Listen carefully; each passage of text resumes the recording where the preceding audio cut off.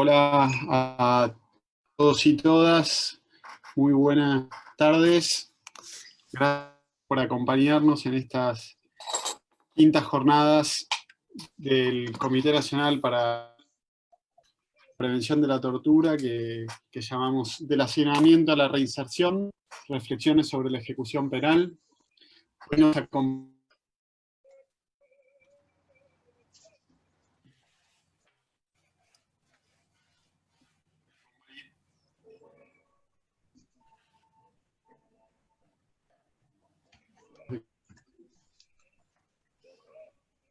especialista en justamente los temas de ejecución penal, la doctora Lidia Pérez.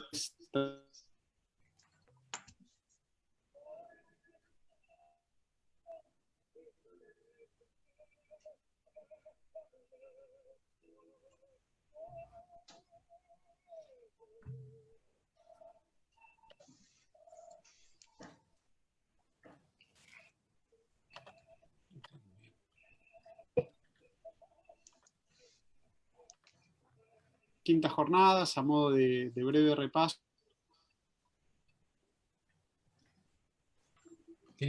Hay mala conexión, ¿eh?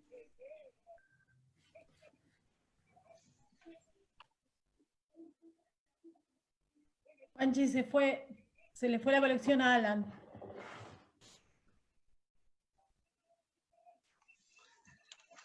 Sí, buenas tardes. ¿Me escuchan a mí? Sí, a ti. Bueno, en nombre del Comité Nacional de Prevención de la Tortura, les doy la bienvenida a nuestros panelistas, a nuestros invitados de hoy. Alan Yut, secretario ejecutivo, les comentaba que a modo de breve repaso de las jornadas que venimos realizando, queríamos compartir con ustedes brevemente un par de cortos para que tengan una referencia del esfuerzo que venimos haciendo con hombres y mujeres que por su experiencia, sus conocimientos y sobre todo por su compromiso de transformar realidades de los lugares de encierro, nos vienen acompañando jornada a jornada. Agradecemos su participación, que hayan aceptado volcar sus aportes. La idea que tenemos es que hacer prevención en la Argentina, como en cualquier lugar del mundo, requiere determinadas condiciones, determinados requisitos objetivos, y realidades de hacinamiento, de sobrepoblación, hacen muy difícil la prevención. Entonces, estamos trabajando en conjunto con todos quienes van acompañándonos jornadas a jornadas en esta reflexión compartida de cómo salimos con aportes superadores para lograr transformar estas realidades. Si les parece, compartimos el corto y damos inicio a la actividad. Entonces le pido a Bruno que lo haga.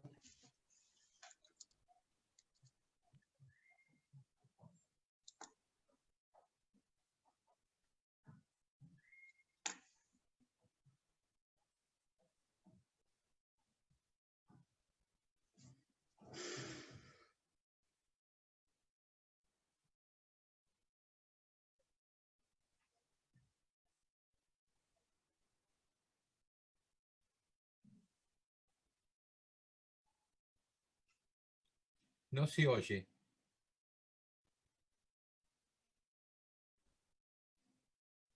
No, hay un problema con el audio, Hay un problema Bruno, de audio. por favor. Si no lo sacamos, Bruno, si no...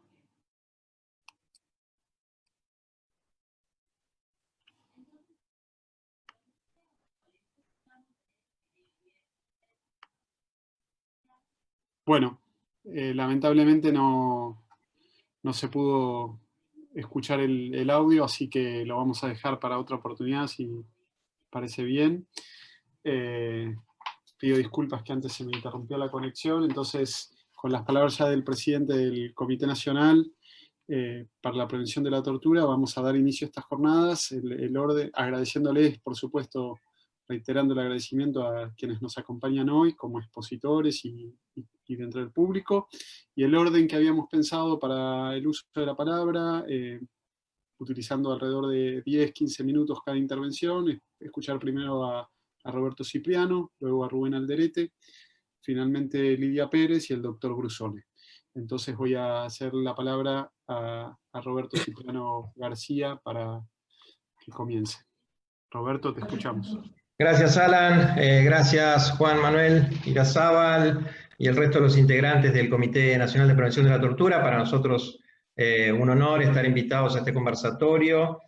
Saben, valoramos enormemente la tarea que viene desarrollando el Comité Nacional y, por supuesto, el reconocimiento también a la posibilidad que le dieron a la Comisión por la Memoria en la provincia de Buenos Aires de habernos constituido como el mecanismo local de prevención de la tortura, en una tarea que veníamos haciendo hace muchos años, pero que no contaba con ese respaldo formal.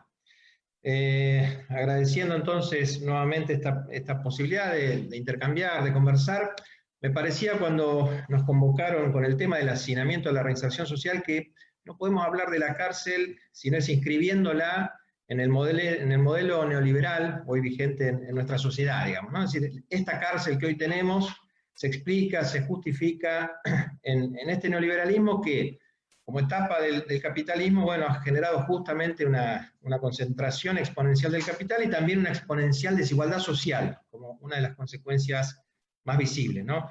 Y esta desigualdad obviamente ha llevado los índices de pobreza e indigencia a límites insospechados en otro momento, digamos, más de las mitades de las poblaciones de nuestra región, en algunos casos 2/3 de la población de nuestra región, e incluso un poco más están bajo la línea de pobreza y la indigencia.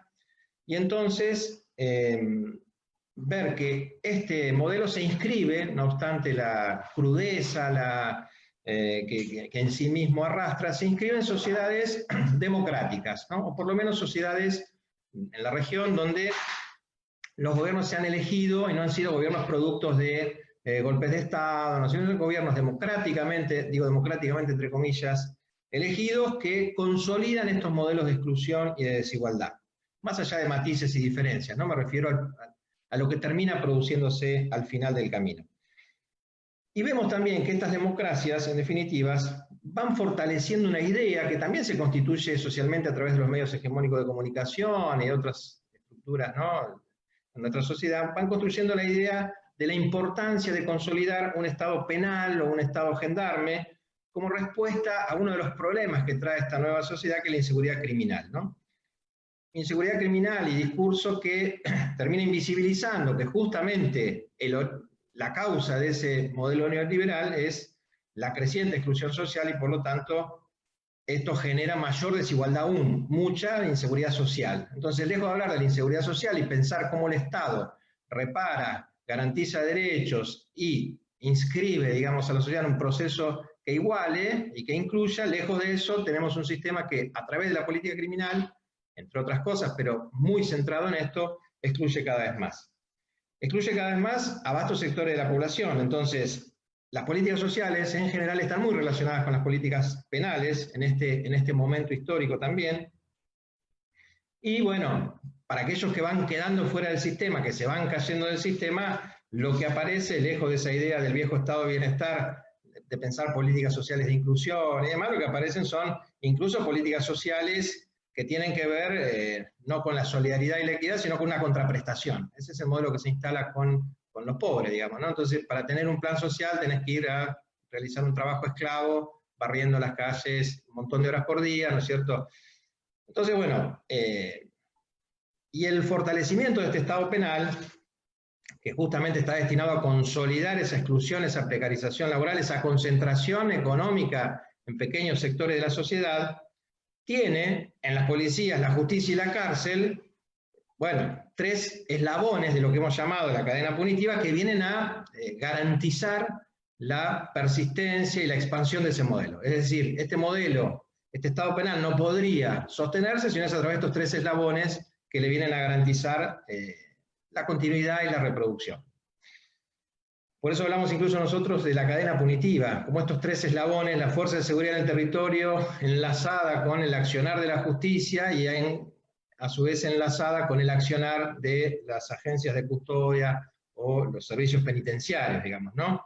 Es decir, una cadena punitiva a la que hemos denominado también un sistema de la crueldad, un sistema que no está pensado para garantizar derechos, sino para quebrantarlos todo el tiempo. Es un sistema, es una cadena que funciona todo el tiempo quebrantando derechos. En ese sentido, lo vemos también, digamos, como una respuesta del Estado frente a esa creciente inseguridad social, y no como una respuesta del Estado a la inseguridad criminal, digamos, que se produce por la primera. Y esto lo vemos en nuestros países, en nuestra provincia también. Vemos como en los últimos años, mientras que los índices delictivos se mantienen o decrecen, incluso los índices de muertes dolosas decrecen, han bajado los porcentajes en nuestro país, pese a eso, todos los presupuestos que se invierten son cada vez mayores en política de seguridad y no en política de promoción y protección de derechos. En la provincia de Buenos Aires, cuando se inicia el régimen de promoción y protección de derechos en el 2008, la diferencia entre el presupuesto de niñez y el presupuesto de seguridad la diferencia era de 8 veces, 8 puntos porcentuales. Hoy llega a más de 30 puntos porcentuales la diferencia entre el presupuesto de seguridad y el de niñez, es decir, se ha incrementado exponencialmente el de seguridad, más patrulleros, más chalecos, más agentes, y el de niñez cada vez se ha sostenido menos y por lo tanto se ha deteriorado y degradado mucho más, digamos, ¿no? Y por eso hablamos de esta contención punitiva como una técnica de los distintos gobiernos para la gestión, para el gobierno de esos sectores excluidos de la sociedad, de esos sectores ya fuera del sistema, digamos, ¿no? Y como técnica de gobierno entonces la policía, que además es la reguladora del delito en los territorios, la policía a través de la violencia y la tortura, que son prácticas sistemáticas en su accionar, gobierna estas poblaciones que ya quedaron afuera y que no están pensándose desde una perspectiva de inclusión, sino de neutralización, de mantenerlos tranquilos, de garantizar cierta paz social en estos sectores. La justicia viene a convalidar ese accionar policial, digamos, ¿no? Cada vez más alejada del ideal del Poder Judicial, cada vez más alejado del ideal de la justicia, ¿no? Entonces digo, un solo ejemplo, de las 10 personas que van a declaración indagatoria en la provincia de Buenos Aires el año pasado, 9 fueron detenidas sin orden judicial previa, sin orden de allanamiento, que habilitar el ingreso en un domicilio particular, y son casos de flagrancia que la policía bonaerense, en esa regulación ilegal del delito en el territorio, le lleva a la justicia. 9 de cada 10 son flagrancia, uno solo tiene una orden judicial de detención previa. Entonces, además el concepto de flagrancia es un concepto amplio, que va de la mano del armado de causas en la regulación de ese delito en el territorio. Entonces, la banda amiga de la policía nunca es atrapada, la que opera contra esa banda amiga, contra los intereses de la policía, es la que termina cayendo en esas redes, digamos, policiales de detención. Y la flagrancia es un concepto amplio, digamos, no es el pibe que está con el arma saltando el kiosco, sino el que encuentran a 10 cuadras y que también tenía un jean como el que estaba saltando el kiosco, entonces es detenido, digamos, ¿no? Es decir, voy medio rápido porque se me va acabando el tiempo. Es decir, un Estado que va en esa cadena punitiva va gobernando las poblaciones de esta manera. Una justicia que va a convalidar automáticamente ese accionar policial, pese a que es un accionar policial que viola sistemáticamente los derechos humanos, y una cárcel que viene a ser también un dispositivo de gobierno de esas poblaciones que caen detenidas por esas redes policiales y que ya no van a ese lugar con ningún ideal, y en esto ya voy al título, digamos, ninguna posibilidad de consagrar el ideal resocializador de la cárcel. Es decir, hoy la cárcel está pensada como un lugar ya no de reeducación, de reinserción, de reinclusión en una sociedad que ya no va a tener lugar para estas personas, sino en un lugar de neutralización de estos sectores que capta, y esa neutralización, bueno, tiene que ver justamente con, de lo que da cuenta esa neutralización, es de la muerte, o si quieren, de la herida de muerte, de la reinserción social. Esa reinserción social, sostenida por nuestro ordenamiento jurídico, la Constitución Nacional y demás, está muriendo, y le queda poca vida, digamos, ¿no? No solo por las últimas reformas legales, la reforma de la Ley de Ejecución Federal, pero también la flagrancia, digamos, como consolidación de ese modelo neutralizador. Una flagrancia que es esto que decía, darle a la policía la facultad de detener a quien considere, ¿no es cierto?, a una policía nada confiable y entramada con el delito, como decía, ¿no es cierto?, y que nada más persigue a los sectores más débiles de las cadenas punitivas, digamos, ¿no? Digo, ya sabemos a quién detiene nuestro sistema y quiénes son los que están encarcelados, todos pobres, ¿no?, morochos, sin recursos, jóvenes. Entonces, este modelo neutralizador también necesita de un poder judicial cada vez más alejado del Estado de Derecho o cada vez menos interesado en la realización de la justicia. Entonces, también el poder judicial convalida todo. Convalida que 2 de cada 3 sentencias en la provincia de Buenos Aires sean por juicio abreviado. Juicio abreviado que todos sabemos que es extorsivo, digamos, que es la presión que se ejerce sobre el detenido para que acepte firmar una condena, porque si no le va a ir peor en el juicio. Porque claro, la regla es la prisión preventiva, más del 50% en prisión preventiva, entonces tenés que esperar 2 o 3 años sin sentencia, entonces te conviene a veces firmar el abreviado porque te vas antes que si esperas un juicio que sabes que te van a dar por la cabeza un montón de años de pena, y entonces el sistema va ingresando también en esta idea de la neutralización como justificación en sí mismo.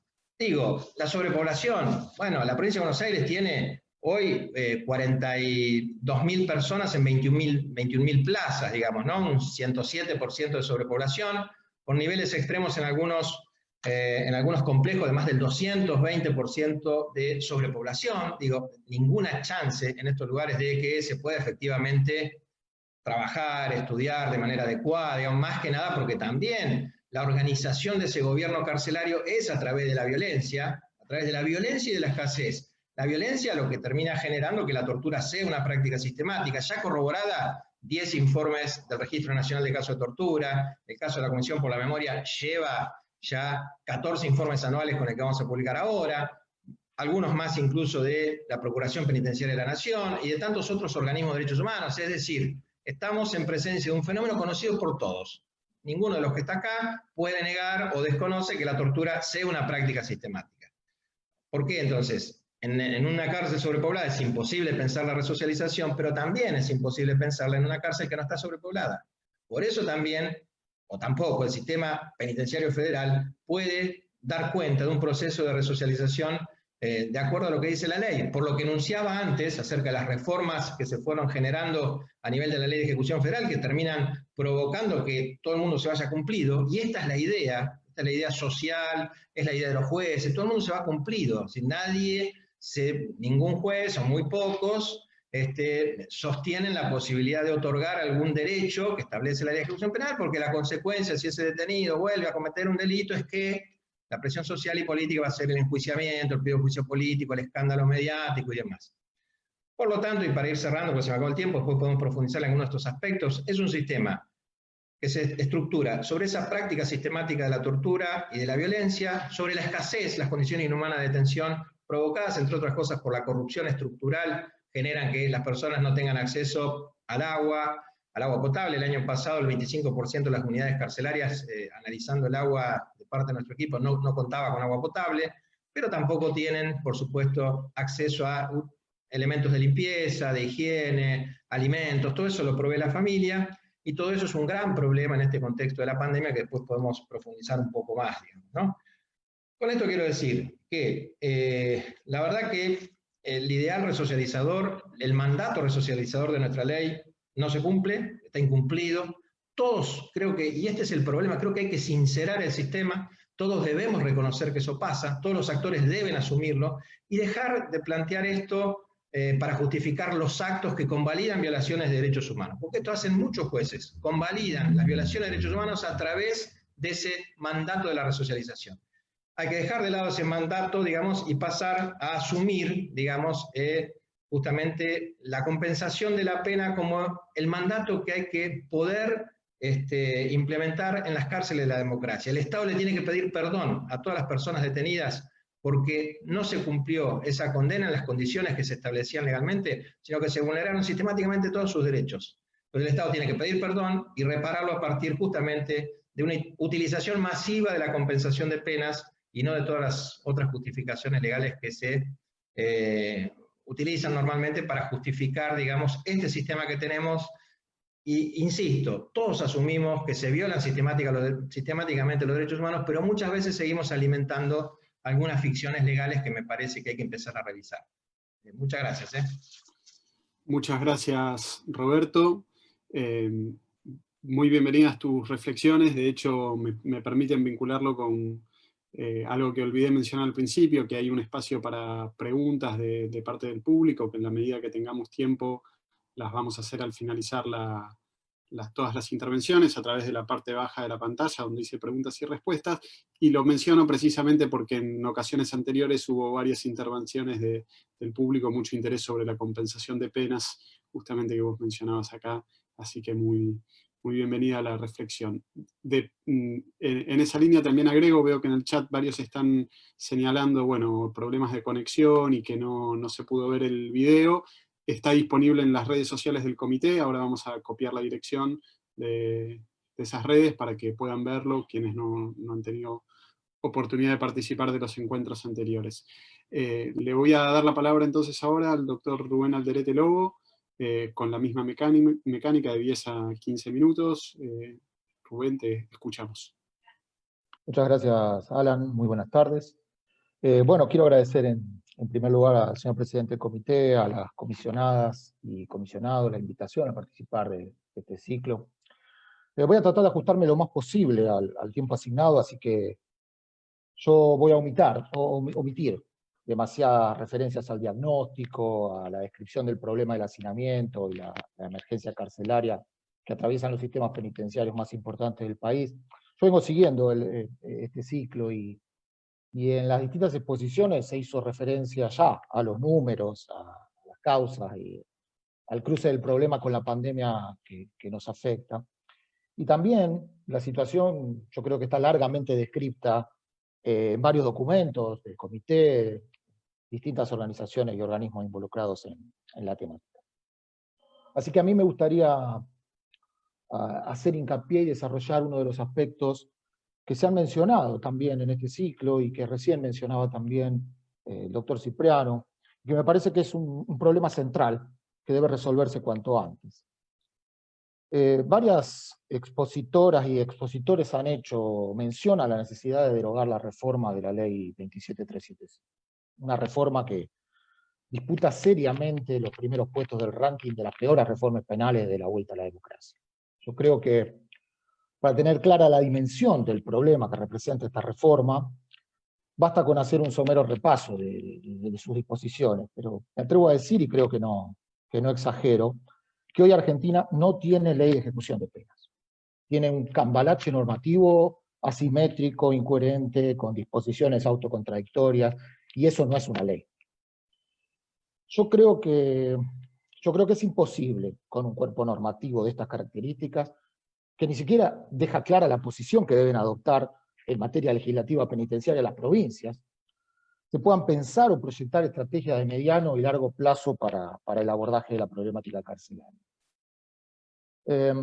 También creo que en estas condiciones y con este marco normativo es muy difícil exigirle al Poder Judicial criterios claros de actuación cuando hay un mensaje legal tan contradictorio e incoherente. Pedirle que interprete disposiciones incomprensibles, inconexas, redactadas con pésima técnica legislativa, esto es prácticamente una quimera. Yo creo también que la falta de una ley de ejecución de penas complica a la agencia penitenciaria para cumplir su obligación de garantizar la seguridad y los derechos fundamentales de personas que son prácticamente arrojadas masivamente dentro de los establecimientos penitenciarios, abandonadas a la desesperanza, sin ningún incentivo para observar las reglamentaciones carcelarias. Más difícil aún es proponer repensar los sistemas disciplinarios, los planes de actividades, de tratamiento, todo ello es imposible en este contexto normativo. Se reclama entonces que hay que derogar esta ley, y definitivamente hay que hacerlo. Yo vengo sosteniendo eso prácticamente desde que aparecieron los primeros proyectos sobre los que se basó la reforma. Pero lo que me interesa proponer en estos breves minutos es pensar qué escenario nos queda suponiendo que esto se logre. Me refiero al análisis estrictamente normativo del problema, ¿no? Bueno, nos queda la ley 24660. Una ley que por supuesto está a años luz de esto que nos han dejado de 2017, pero que va a cumplir un cuarto de siglo. Si me pongo un poco más preciso en el análisis, tengo que decir que es una versión 2.0 de la vieja Ley Penitenciaria Nacional del año 58, con algunas incorporaciones importantes y la decisión de incluir en la ley regulaciones que estaban en los reglamentos de la ley anterior, pero del 58, al fin de cuentas. Yo no voy a poner en tela de juicio acá el aporte de la ley 24660 en su momento. Esto fue innegable y planteó el esquema y la agenda de diseño institucional para su aplicación. También diría que fundamentalmente lo que planteó la ley 24660 es la hoja de ruta de los problemas y desafíos a afrontar a partir de su sanción.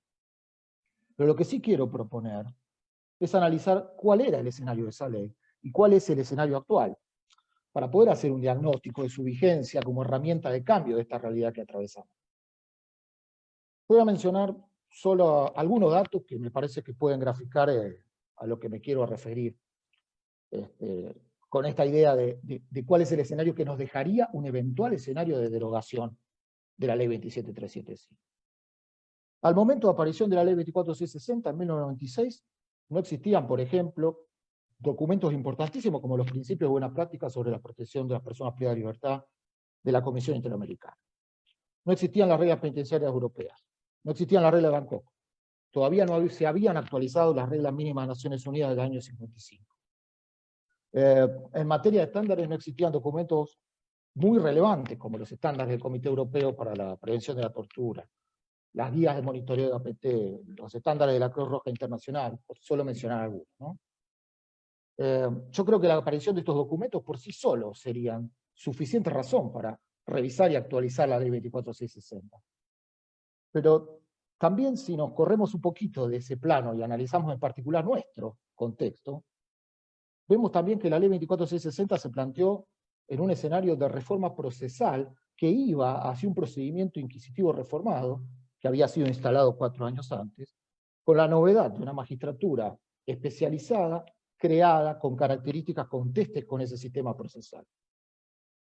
Yo diría más inquisitiva que reformada, porque se la crea con un procedimiento escrito, con una intervención oficiosa, sin un recurso amplio para cuestionar la decisión, con un ministerio público sin un rol ni funciones claras.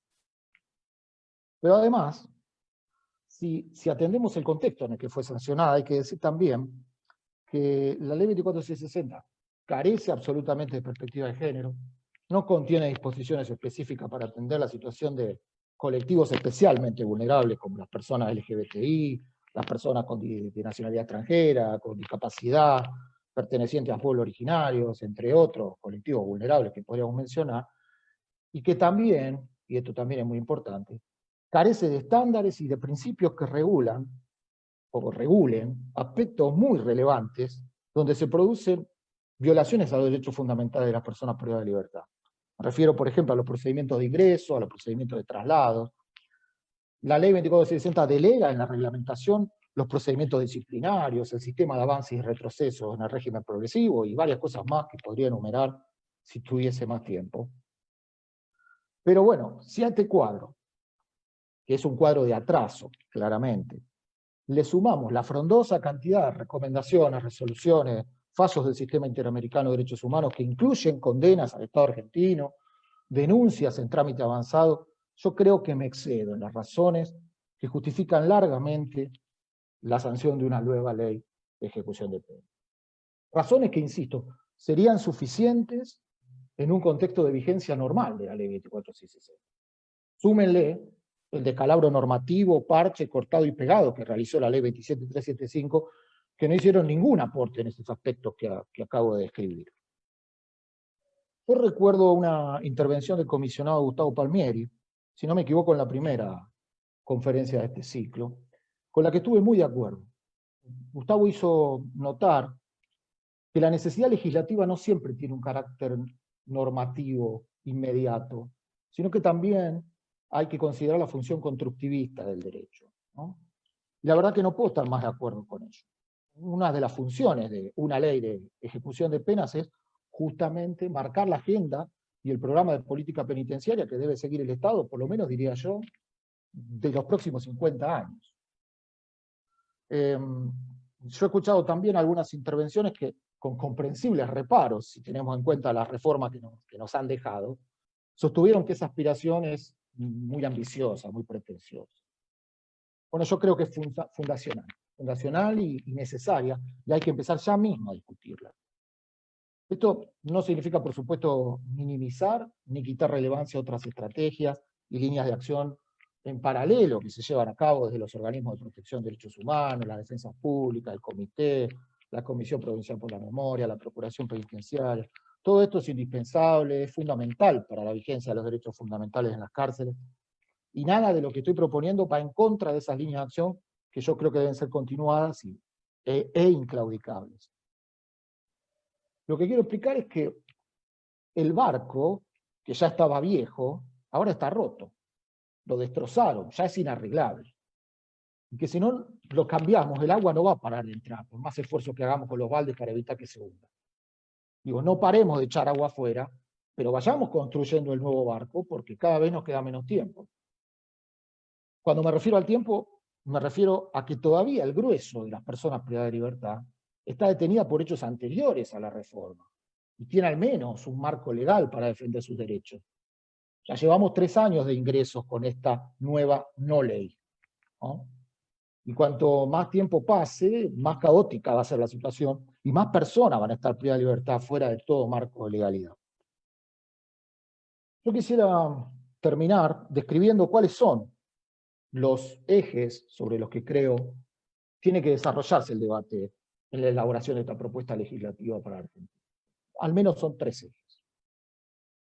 En primer lugar, una ley penitenciaria fundamentalmente tiene que regular el régimen de ejecución de pena. Esto incluye las medidas alternativas, el plan de qué tiempos de detención van a transformar en útil y razonable la pena, los institutos de morigeración de encierro. Fíjense qué curioso que el último que creía firmemente que no había reforma penal posible si no estaba acompañada de una ley penitenciaria fue Moreno en 1921. O sea, él presentó su proyecto de ley penitenciaria en 1922 sin encontrar ya entonces consenso político para su sanción, y ninguno de los últimos anteproyectos y proyectos de reforma del Código Penal de los últimos 10 años vienen con una propuesta de ley de ejecución de pena. Es decir, incluso los dos anteproyectos regulan, por ejemplo, la libertad condicional. El anteproyecto 2013 la llama de otra forma, le da categoría de pena sustitutiva, pero en esencia cumple el mismo fin.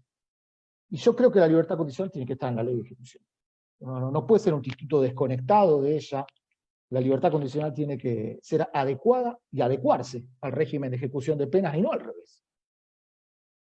Yo creo que esto demuestra, de alguna manera, que cuando se piensa en la reforma penal en Argentina no se considera ni se tiene en cuenta el régimen de ejecución de penas. Se lo analiza como algo separado, como algo que es postergable en el marco de la discusión de la reforma penal. En segundo lugar, la ley de ejecución debe contener estándares de condiciones de detención y estipulaciones que permitan establecer los criterios que van a determinar el concepto de plaza carcelaria. Esto yo creo que no puede, o es muy difícil, hacerse en el aire. Debe ser parte integrante de la lógica de una estructura y de un sistema de ejecución de penas que planifique qué aspectos deben abordarse y qué derechos deben garantizarse de encierro. Si no mal recuerdo, el presidente Irrazábal anunció en el primer encuentro, creo que el comité está trabajando en la elaboración de una propuesta de ley de cupo. Bueno, esto es clave, es muy importante, y hay que pensar la forma de amalgamar e insertar esta propuesta en el marco de una ley de reforma integral del régimen de ejecución de penas. Por último, es necesario que la ley de ejecución regule también los mecanismos de control de legalidad y acceso a la justicia. Esto en Argentina tiene algunos bemoles, dadas las particularidades de nuestro sistema federal, pero hay que repensar la organización judicial y los esquemas de control en el marco de sistemas procesales que adoptaron progresivamente los países de la región y nuestro país en particular. Yo creo que la figura de juez o jueza de ejecución, que fue pensada y diseñada en el marco de un proceso inquisitivo reformado, y la del Ministerio Público como un actor de reparto, sin ningún involucramiento en la ejecución penal, debe ser radicalmente rediseñada. Yo también creo que en sistemas que se orientan a características más adversariales, el control de legalidad de ejecución debe estar principalmente a cargo del Ministerio Público Fiscal, y se deben crear mecanismos para ello, y reservar la actividad judicial a lo estrictamente jurisdiccional y a la intervención expedita para resguardar los derechos fundamentales de la persona privada de libertad frente a amenazas graves o inminentes. Hay que repensar también en este marco otros aspectos relevantes a nivel procesal, mecanismos que incluyan a las víctimas, que genuinamente y no de manera demagógica, imprecisa, como lo han hecho muchas leyes que proliferaron en la región en los últimos años, para que éstas puedan ser oídas y protegidas con el equilibrio que exigen, por supuesto, los fines de la ejecución penal. Desde INEGEP efectuamos una propuesta está disponible gratuitamente para ser consultada, criticada, mejorada, complementada con otras propuestas que puedan estar elaborándose. Creemos que es el momento de empezar a plantear soluciones de fondo, que la situación normativa actual no deja muchas alternativas. Así que, bueno, estos eran los disparadores que quería compartir con ustedes. Muchas gracias, quedo a disposición para cualquier intervención, pregunta o ampliación que se estime necesaria. Muchas gracias, Rubén. Muy clara también tu exposición. Gracias también por respetar el tiempo. Lo que te voy a pedir es, si te parece bien, compartir en el chat el link para la descarga del proyecto de ley de ejecución, modelo justamente que elaboraron, al que hacías referencia y que desde el comité estamos estudiando también con mucho interés. Y aprovecho también para ratificar que no es malo tu recuerdo. El comité está trabajando sobre los estándares de cupo. El año pasado hizo unas jornadas y documentos al efecto, y seguramente será un tema de trabajo en lo próximo también. Vamos a escuchar ahora entonces a Lidia Pérez, como decía antes, trabajadora del INADI y responsable del programa de Derechos Humanos para Personas Privadas de su Libertad y Liberadas. Lidia, la representación femenina, hoy se nos rompió el equilibrio de género que veníamos teniendo en los paneles, esperamos recuperarlo pronto, pero confiamos en que será una representación más que adecuada. Te escuchamos, Lidia. Bueno, muchas gracias y muchas gracias por la invitación a participar. Espero representar bien al colectivo femenino, así que, bueno, venía escuchando un poco las reflexiones y obviamente concuerdo plenamente con lo que decían anteriormente tanto Cipriano como Rubén, en tanto lo que dijo Rubén respecto a la ley 24660 no tiene una mirada de género. Obviamente hoy tenemos mujeres trans en cárceles de varones, y tenemos varones trans, que no sabemos dónde ubicarlos en este sistema penitenciario. La cárcel en su binarismo deja afuera cualquier tipo de actividad que pueda realizar o que puedan trabajar las compañeras y compañeros trans, travesti, que se encuentran privados de su libertad, y que tiene que ver con esta exclusión de la que hacía referente Cipriano, como este colectivo es excluido antes de llegar a la cárcel y dejado en abandono por parte de la sociedad y también del Estado, y su único lugar donde van a ser colocadas dentro de esta democracia va a ser la cárcel. Así tenemos que los índices de prisionización de las compañeras y compañeros trans, travesti vienen en aumento. Pero un poco yo quería referirme, ustedes, si alguno no lo sabe, yo soy una persona que he pasado por el encierro y utilizo mi experiencia de haber pasado por ahí para construir y en esta consigna que era la herramienta para la reinserción, realmente la cárcel, a quienes hemos pasado por ahí, lo único que nos ha enseñado es a resistir al hambre, a resistir a la tortura, a resistir a los no continuos del sistema penitenciario y también a los no del sistema judicial. Los informes criminológicos siempre son negativos, siempre somos peligrosos, incluso después de haber pasado por el encierro. Seguimos teniendo el estigma y el prejuicio de una sociedad que nos sigue condenando a no poder incluirnos socialmente. Incluso el Estado nos deja en un abandono. Muchas veces el Estado se hace presente solamente para encarcelarnos, pero al momento de recuperar la libertad no contamos con ninguna vía como para trabajar e incluirnos socialmente.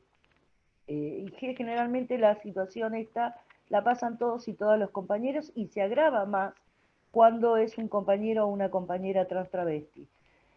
En esto, la organización de los compañeros y compañeras a través de cooperativismo es la única respuesta que hoy tenemos, no solamente en estado de pandemia, sino anteriormente.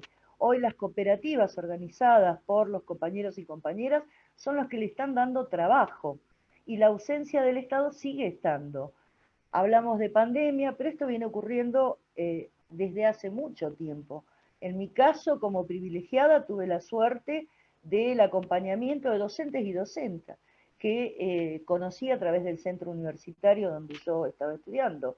Pero si no hubiera sido por los docentes, y sí digo que soy privilegiada porque en mi caso también me acompañó el juez de ejecución, pero es un privilegio porque la mayoría quedan, abre, como dicen comúnmente en la jerga tumbera, se te abre la reja y quedas nuevamente solo, sin comida, sin tener dónde ir, en muchos casos, yendo al domicilio que justamente muchas de las mujeres pasan y han tenido han ejercido o han tenido violencia. Entonces, el Estado está totalmente ausente. En esta política de reforma en la institución penitenciaria, tenemos que pensar en un después, desde el momento de la presionación hasta el momento de llegar a recuperar la libertad.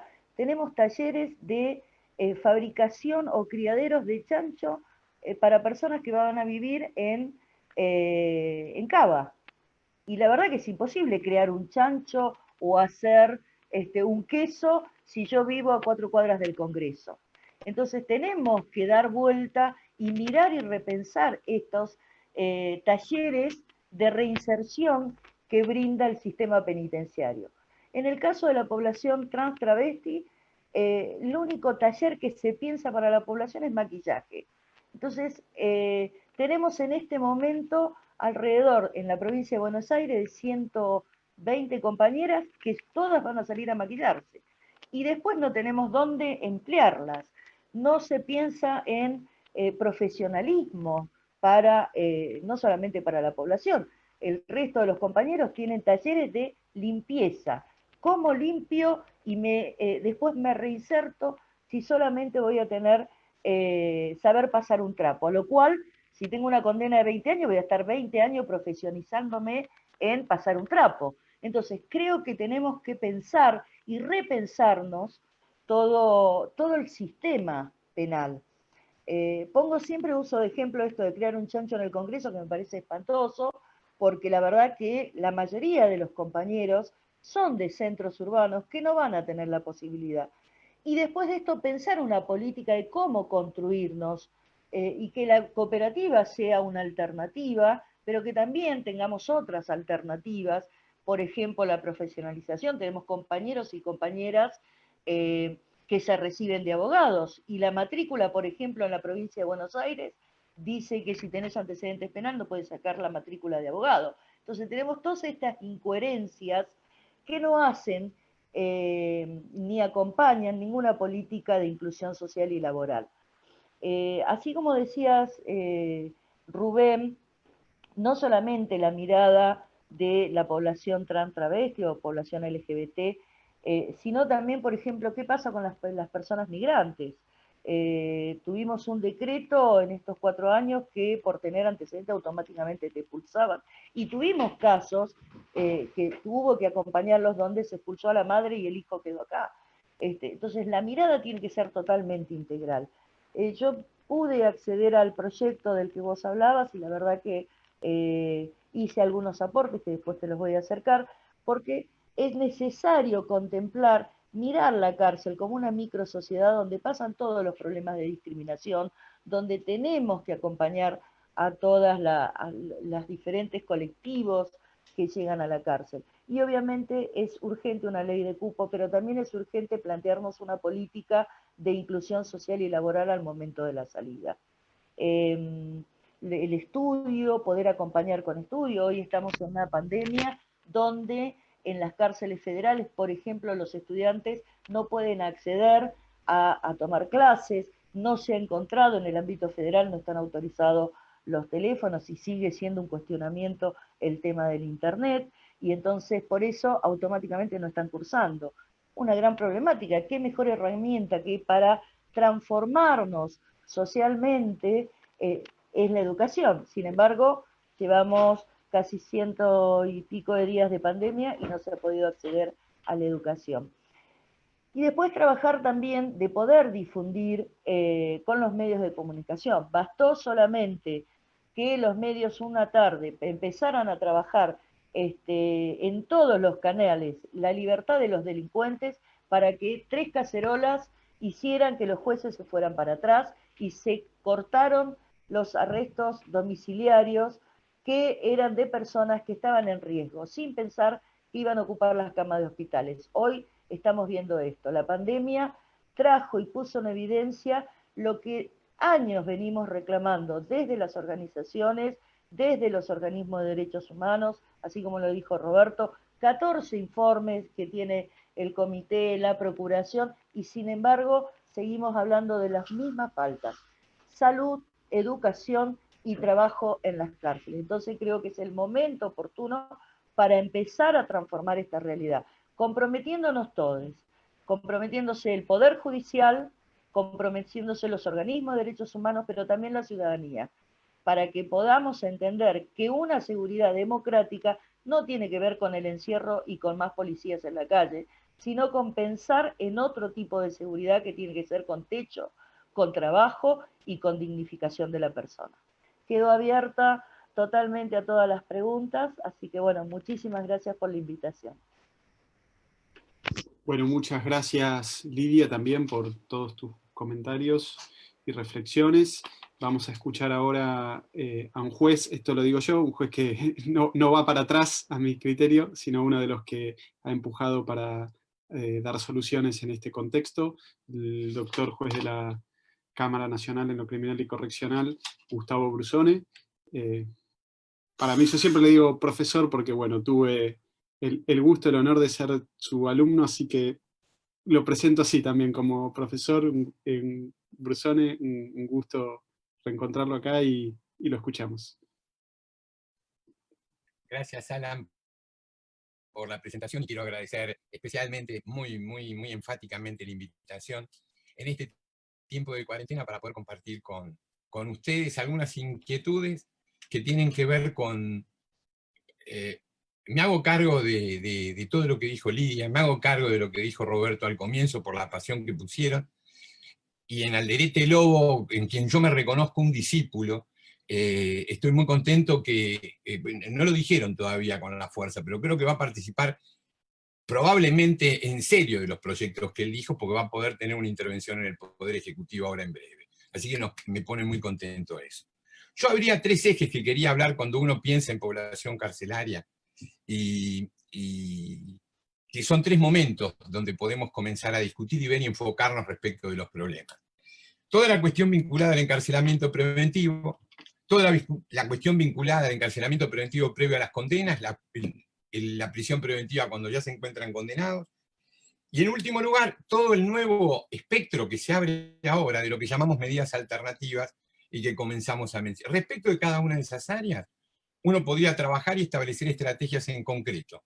¿Qué pasa con el preso preventivo? Y derivar de allí toda la enorme cantidad de problemas, porque ese es un gran problema que tiene un universo de estrellas, es una galaxia para trabajar en cada uno de los detalles que tiene que ver con encarcelamiento preventivo, y alternativas que no tendríamos que utilizar al encierro preventivo que podemos comenzar a utilizar. Para el momento del cumplimiento de las condenas, también existen todos los problemas de los que habló Alderete, y no voy a mencionar ninguna otra cosa, porque la ley de ejecución penal se tiene que modificar, es cierto, y con los parámetros que tenemos en este momento, todavía la jurisprudencia, podemos discutir reincidencia, si es legítimo o no que una persona sea declarada reincidente con los efectos que tiene en este momento. Lo que no podemos saber todavía es, y lo podemos discutir, si podrá declarar su inconstitucionalidad o se podrá decir que es una herramienta necesaria. Pero lo que no sabemos es el tiempo que una persona tiene que estar privada de su libertad como condenado para poder ser declarado reincidente. Porque la jurisprudencia es absolutamente dispar en ese sentido. Y eso, una ley de ejecución de acuerdo a la progresividad tal vez se podría discutir y podría ser una solución. Digo, en materia de reformas, cuando estamos discutiendo cuáles pueden llegar a ser reformas plausibles para mejorar el sistema, hacerlo más racional si ustedes quieren, mejorarlo probablemente si no hay una enorme inversión en infraestructura no vamos a poder superar nunca, y nunca lo vamos a poder superar. Y la privación de libertad siempre va a estar ahí como un problema al que nos tenemos que enfrentar, pero que no lo podemos dejar de lado y criticar nada más. Por eso, cuando Roberto se refería al comienzo y citaba el ejemplo del juicio abreviado, Alan, te vas a acordar, las cosas que yo decía respecto del juicio abreviado y de qué manera se puede llegar a utilizar el juicio abreviado, porque es una herramienta que la podemos utilizar de manera correcta o no. Yo recuerdo que las mismas críticas o tremendas respecto del modelo y cómo funciona el plea bargaining en los Estados Unidos, daba un profesor, John Langbein, en los Estados Unidos, pero era cómo funcionaba. De la misma manera, cuando Lidia dice de qué manera se evalúa a las personas dentro de las unidades, cómo se hace todo eso, todo el tiempo nos estamos preguntando, y los equipos interdisciplinarios que se crearon después en el Poder Judicial funcionan mejor. ¿O no seguimos todos trabajando? ¿Qué tipo de personal tiene que tener el servicio penitenciario para hacer aparte de control y privación de la libertad efectivamente para que la gente no se fugue? ¿De qué manera logramos el ideal de reinserción social, el ideal de resocialización, o la posibilidad solamente, es decir, en muchos casos, de darle a alguien la posibilidad de que vaya al colegio, y de que pueda estudiar y que tenga determinado tipo de costumbres que no había tenido hasta ese momento, que pueda modificarlas porque no las tuvo? Es decir, ejemplos son muchos respecto de esto y la modificación que tiene que haber dentro de las unidades. Acá hay gente que sabe mucho más de esto y yo no voy a opinar respecto de eso y cómo se tiene que hacer. Sé que tiene que haber una reforma y la tiene que haber. Ahora, de todas estas cuestiones a las que me quería referir, que habría muchas otras cosas para plantear, es a la necesidad de potenciar a la Dirección de Control y Asistencia de la Ejecución de la Pena. A mí me parece que un déficit grande que tenemos en este país es de no contar con un verdadero patronato de liberados, como decía Lidia recién, no solamente por el control, sino por la asistencia de las personas que recuperan la libertad. Cuando les cierran la puerta de la cárcel, salen afuera y se encuentran tan imposibilitadas de hacer algo como estando privadas de la libertad, porque no tienen la posibilidad de resolverlo. La DECAEP, cuando en 1963 se discutió un proyecto de reforma al Código Penal, que fue el proyecto Soler, se discutió la posibilidad de introducir la probation. Pero la probation era una figura que nosotros cuando la introdujimos en el instituto, en realidad es más otra cosa, diversion que probation. Reglas de control, pruebas del control de una persona para no estar sometida al sistema penal, había y hay en otros países y están muy, muy extendida la aplicación de esa manera de control, que no es el control que solamente lleva a que las personas estén privadas de la libertad. Entonces, el sistema de oficiales de probation no existía en Argentina, y Sebastián Soler decía que si no teníamos creado una oficina de oficiales de probation, no se podía plantear la probation en Argentina en el Código Penal. Él la pensaba desde el Código Penal claramente, ¿no? Y en ese sentido, a mí me parece que la DECAEP fue creada en febrero del año 2015, y en un primer momento avanzó en una dirección y en otro momento se detuvo, y más allá del problema de que no hay recursos, hay que reconocer que ese es un déficit también tremendo. ¿Cómo no va a tener razón Lidia cuando dice salen de la cárcel y no tienen absolutamente nada? Cuando el Patronato de Liberados era un organismo, una ONG, que había funcionado y que se había profesionalizado, pero al amparo de nada, de la voluntad de un grupo de personas, más filantrópicamente que otra cosa, y no como una función del Estado que tiene que ser para poder cumplir con el fin resocializador de la pena. En este contexto, obviamente, por eso digo, ejecución de la pena, cuando me piden para aproximarme, son 3 áreas grandes. A mí me parece que los penalistas nos tenemos que ocupar. Por un lado están todas las leyes del derecho procesal de organización judicial, que son pequeñas leyes que hay en todo el entramado y que permiten que la máquina funcione. Si avanzamos al modelo acusatorio, como aparentemente vamos a hacer, vamos a necesitar en implementación un montón de trabajo que lo pueda llevar adelante y reglas de organización para todo eso. Y en materia de organización de todo eso, si bien el modelo acusatorio, vamos a tener que pensar a su vez reparto de competencias de organismos que dependen de la Corte en este momento y que tienen que pasar a depender del Ministerio Público Fiscal.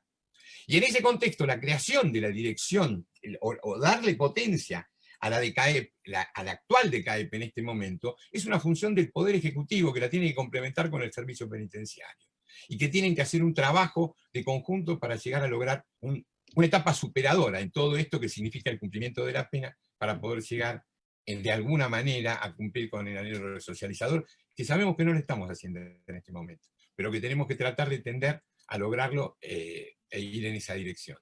Yo digo, oficiales de probation y crear una fuerte estructura que pueda asistir y que también controle, por ejemplo, institutos como la suspensión del juicio a prueba y reglas en materia de excarcelación, encarcelamientos preventivos, sería indispensable para poder mejorar a su vez el servicio que se presta dentro de las unidades penitenciarias.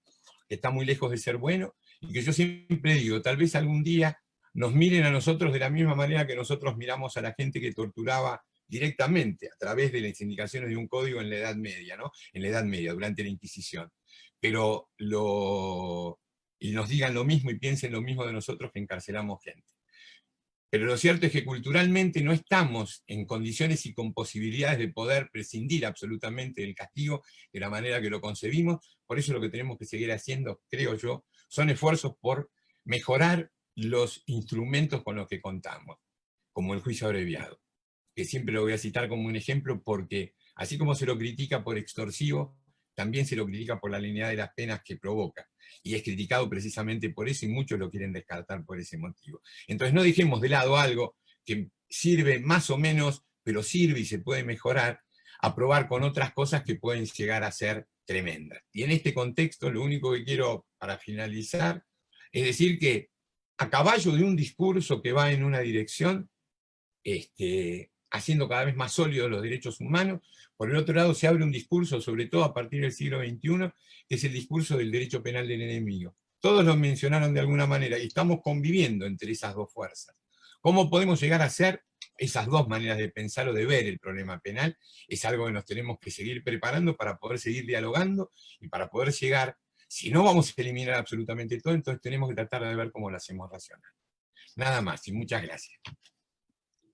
Muchas gracias, doctor Brusone. Muy bienvenido el debate. Yo me permito agregar acá en relación al juicio abreviado, que recuerdo efectivamente ya los debates que vienen de hace largo, seguramente desde que se empezó a instaurar en nuestro país. Solamente para vincular con, por ahí, la jornada pasada, escuchamos datos de la provincia de Santa Fe que aportó Matilde Bruera, donde se está implementando justamente el proceso acusatorio ya hace un par de años, que marcan una tendencia muy fuerte hacia el crecimiento de los juicios abreviados en desmedro de la instancia de juicio oral, ¿no? Que también es lo que se busca fortalecer con el proceso acusatorio. Y también en los trabajos que ha hecho el comité en otras provincias que están en ese camino, como Neuquén, también se vio esa dinámica y lo seguimos con preocupación, digamos, sumado a lo que... Sí, adelante. ¿Puedo hacer un comentario? El juicio abreviado fue el desembarco de las reglas del modelo anglosajón en el derecho procesal argentino. Los instrumentos que siguieron aplicándose después, la ley del arrepentido, por ejemplo, y todo eso permite potenciar la negociación de la fiscalía. Entonces lo que tenemos que prever a futuro es que muchos de los juicios se van a resolver por esa vía. Es decir, acusatorio va a significar mayor cantidad de acuerdos, mayor cantidad de negociación. Esta es una perspectiva, pero la perspectiva tiene que ser esa porque en los Estados Unidos es esa. El juicio por jurados en los Estados Unidos solamente llegan a juicio por jurado el 3% de los casos, en algunos estados menos. Esto es solamente una realidad. El desembarco de las reglas del modelo anglosajón va a conducir a eso. Si no lo queremos, si lo queremos o de qué manera lo podemos ver, pero es eso lo que va a pasar. Por eso el Ministerio Público es central en todo lo que viene, en todo el modelo que viene, y cómo se tiene que organizar, porque el Ministerio Público va a administrar recursos que le va a presentar a los jueces. Pero va a haber mucha más negociación, seguro. Yo no creo que la vea, porque estoy muy pronto a jubilar, soy grande. Pero sé que van a ustedes, tu generación, la generación de Alderete, se van a tener que enfrentar a eso. Y eso va a ocurrir cada vez con mayor intensidad. Y las negociaciones, hubo esta aplicación de la ley del arrepentido que pudimos ver en los años pasados, fue muy mal implementada. Pero una organización respecto de la figura del arrepentido, colaboradores y demás, que pueda llegar a ser utilizada de alguna manera racional y puede llegar a dar no sé qué, pero políticamente, aparentemente, pareciera que es una necesidad, los legisladores la quieren utilizar y no podemos negar eso. ¿Se entiende lo que quiero decir? Absolutamente. Absolutamente, mi comentario iba solamente para marcar una hilación con las jornadas pasadas y con este trabajo que viene siguiendo el comité o lo que viene mirando en las provincias donde viene inspeccionando, y como decía, muy bienvenido el debate, y que para eso es esta instancia, para eso abrimos estas jornadas. Así que de nuevo, muchas gracias, profesor. Voy a abrir el espacio para intervenciones, comentarios, preguntas de las comisionadas y los comisionados que nos acompañan. No sé si alguno quiere o alguna tomar la palabra en esta oportunidad. Está la comisionada Rocío Alconada Alfonsín, María Laura Leguizamón, Josefina Ignacio, Diana Conti, Ricardo Ñoy, Gustavo Palmieri y el presidente Irrazábal. Bueno, lo veo a Ricardo pidiendo la palabra. Ricardo, te escuchamos. Entonces. Bueno, primeramente, buenas tardes a todos y a todas. Muchísimas gracias por participar. Saludar a los panelistas por tan claras exposiciones. Y, bueno, contarles, yo soy de la provincia de Salta y, como decía el doctor Brusone recién, no hace falta, doctor, que pase mucho tiempo para que el sistema acusatorio que se aplica de hace muchos años ya en mi provincia llevó a que solamente el 30% de las causas lleguen a juicio.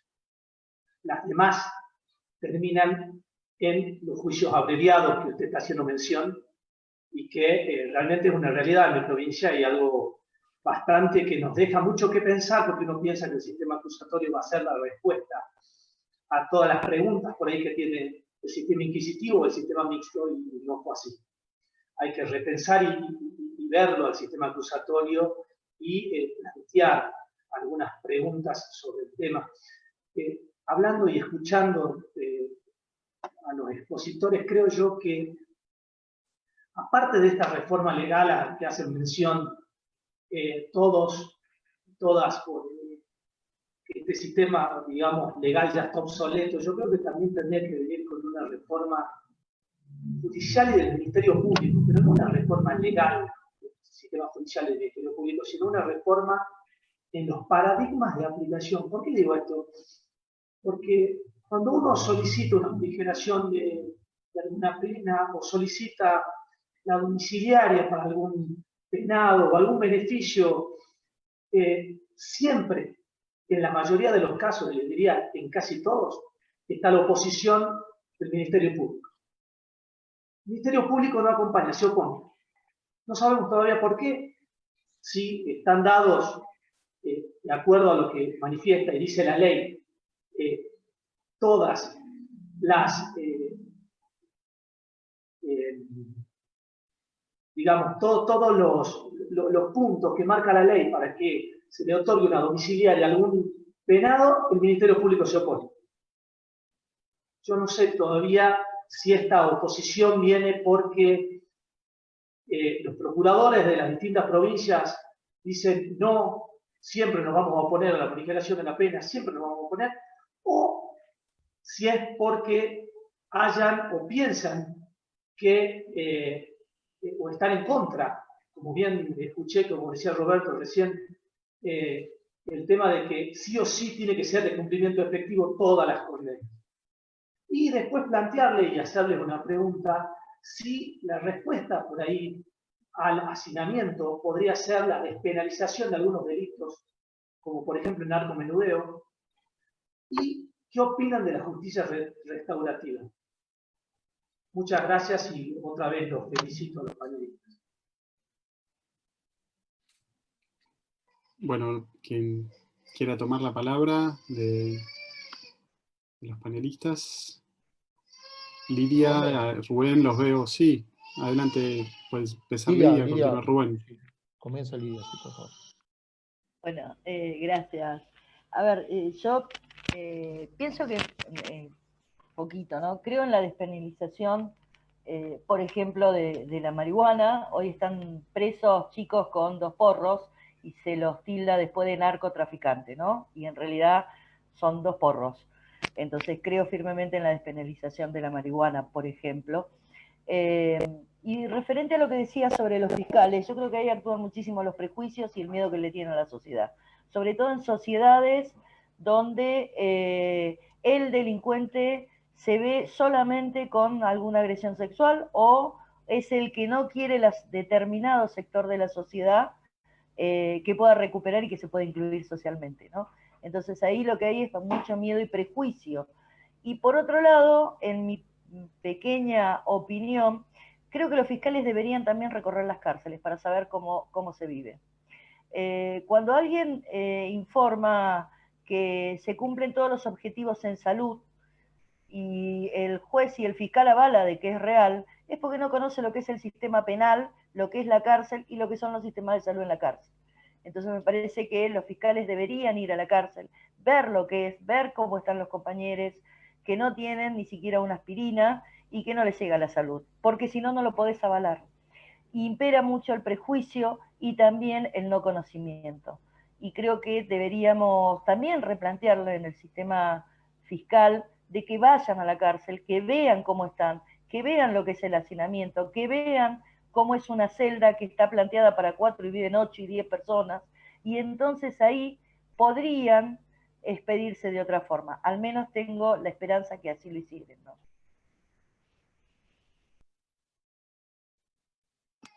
Rubén, y después escuchamos a Roberto también, que está pidiendo la palabra.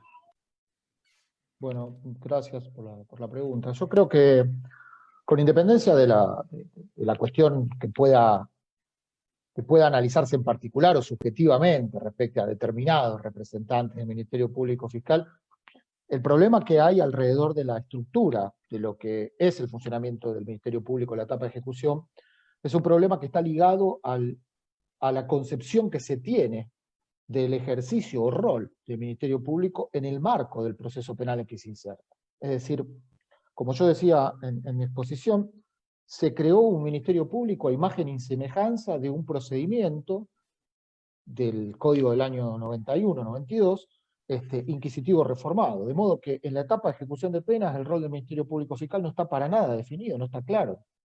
Es un rol que no está pensado ni tampoco ha sido repensado y rediseñado en el marco de los procesos adversariales, porque la mayoría, y diría la totalidad de los códigos de procedimientos actuales, que tienen una orientación más acusatoria, no tienen una concepción similar al momento del diseño del rol del fiscal en la etapa de ejecución. Mantienen esa impronta en la que la figura del fiscal en la etapa de ejecución es una figura pasiva, una suerte de órgano consultor al que se le da vista cada vez que hay una pretensión por parte de la persona privada de libertad o de su defensa. Y lo que hay que repensar es de qué manera se replica o se rediseña un concepto clave, que es clave para el desarrollo de un proceso adversarial y que no está pensado de la misma manera para el procedimiento de ejecución, que es determinar qué va a ser una controversia, qué entendemos por controversia en materia de ejecución de pena, cuando estamos frente a un caso.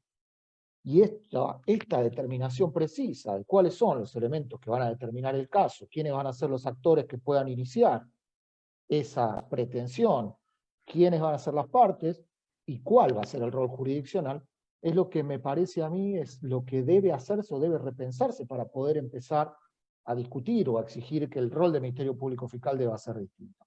Si no, quedaremos en la buena voluntad, es decir, quedaremos en que el fiscal o la fiscal tenga intención de visitar la cárcel, tenga una intervención activa o proactiva, o se quede en su despacho esperando ver cuáles son los casos y las pretensiones que llegan. Esto, digo, exige entonces una reformulación procesal, no solamente no se soluciona con una directiva de las procuraciones generales, se soluciona con un mecanismo procesal que le dé un rol protagónico al Ministerio Público, como lo tiene durante el proceso de conocimiento en los sistemas procesales modernos adversariales. Gracias, Rubén. Roberto.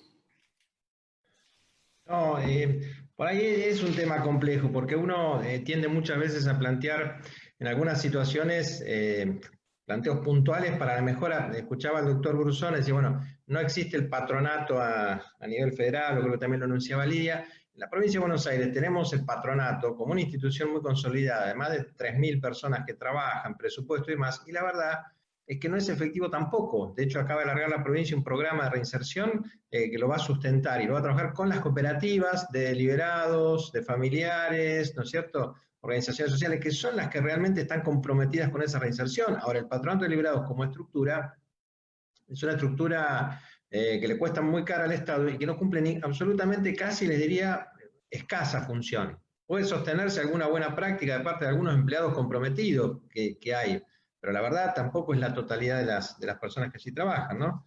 Y coincido también en lo que planteaba Ricardo en relación, bueno, modifiquemos las leyes, penalicemos. El problema es la coyuntura, digo, porque esta cárcel pensada desde este sistema y con esta funcionalidad, es difícil cualquier discusión legal incluso, ¿no? Porque, digo, de hecho, las últimas reformas, la ley de ejecución federal nacional, se votó por la mayoría del Congreso. Digo, las fuerzas más importantes políticas de la Argentina avalaron esa reforma. Entonces, digo, hay toda una discusión para dar. Y lo que hoy también enunciaba, no me acuerdo si Lidia, se armó una campaña mediática, digo, en función de las libertades de las personas detenidas en el contexto de la pandemia, y lo que terminó pasando es que no salió más nadie, digo. Apenas, creo que en la provincia de Buenos Aires, 600 personas salieron con alguna fundadas, digamos, en ser grupo de riesgo de coronavirus, cuando hay más de 5.000 personas en grupo de riesgo de coronavirus, digo. Entonces, digo, o lo que Lidia tiraba, bueno, que vayan los fiscales a la cárcel. Van a la cárcel, van los jueces a la cárcel. La provincia de Buenos Aires el año pasado juntaba más de 500 informes de jueces que van a la cárcel. El problema es que no ven nada, digamos. O sea, yo he ido con una camarista, pasábamos por una leonera, con un detenido con un golpe en la cabeza, un chichón, y lastimado y vendado, y pasó de largo. Entonces le dije, doctora, acá hay una persona, bueno, no, pero tenemos que ir a ver a los pabellones, una camarista de Morón. Paramos, le habían dado un garrotazo a la persona, le habían golpeado, qué sé yo, bueno, casi obligamos a que se detenga. Y digo, pero si no estábamos ahí para insistirle que se detenga, seguía de largo. Entonces, el problema, y eso también, porque es parte de la funcionalidad que tiene el Poder Judicial con este sistema, porque después va el gobierno provincial a la Comisión Interamericana y dice, tenemos 500 jueces que mensualmente recorren las cárceles de la provincia de Buenos Aires constatando las violaciones de derechos humanos, y los informes de los jueces no dan cuenta de todas las cosas que decimos nosotros y otros organismos de derechos humanos, que seríamos los mentirosos de siempre, que venimos a contar algo que no es, digamos, ¿no? Entonces, bueno, es una cuestión estructural muy relacionada con lo político, y creo que estamos en un momento de regresión muy importante, digamos, ¿no? Me parece que estamos a la defensiva, viendo cómo logramos salvar algunas ropas, pero creo que tenemos que empezar a generar algunas discusiones y algunos debates también en la sociedad, y reclamar que la clase política también se banque esos debates con la sociedad, porque entre el primer cacerolazo, lo decía Lidia también, enseguida vamos para atrás, digamos, ¿no? Y bueno, hay que dar esas discusiones, porque si no esto empeora cada vez más y ya a un ritmo brutal, ¿no? ¿Puedo? Sí, por supuesto. No sé si los jueces siempre reculan frente al reclamo social o hacen, o se plantean las cosas como... No sé si siempre, pongamos que, no sé si siempre, o convengamos que hay muchas veces en que no ocurre, no debe ocurrir, pero los ejemplos que seguimos dando y los ejemplos que se siguen planteando son ejemplos de que no funcionan bien las cosas.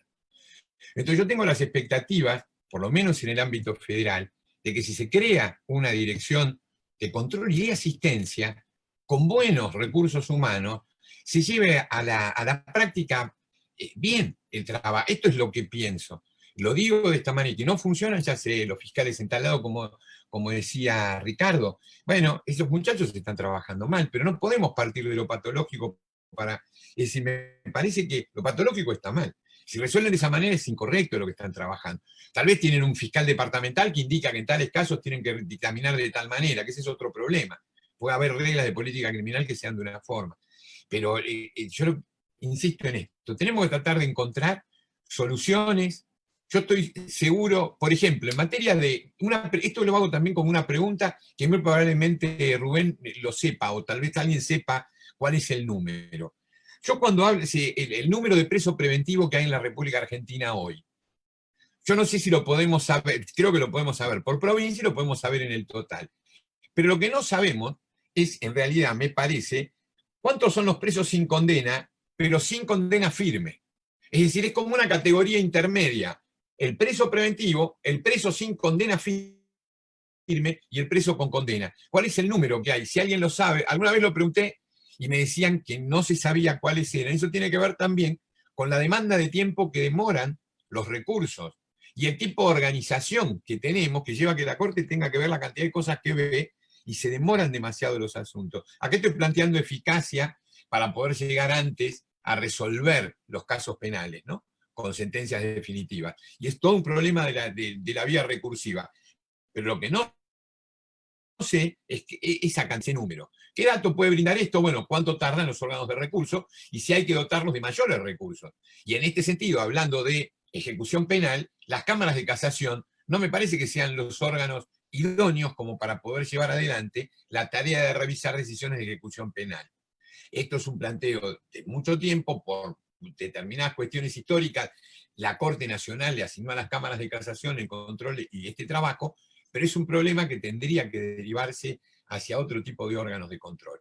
Lo pregunto, pero el número de preso con condena, pero que no esté firme, no sé cuál es y no sé si existe ese número. Esto se lo pregunto a Rubén, que sé que maneja, o no sé, a los otros colegas si saben, pero lo pregunto. No sé ustedes, Alan, si lo saben.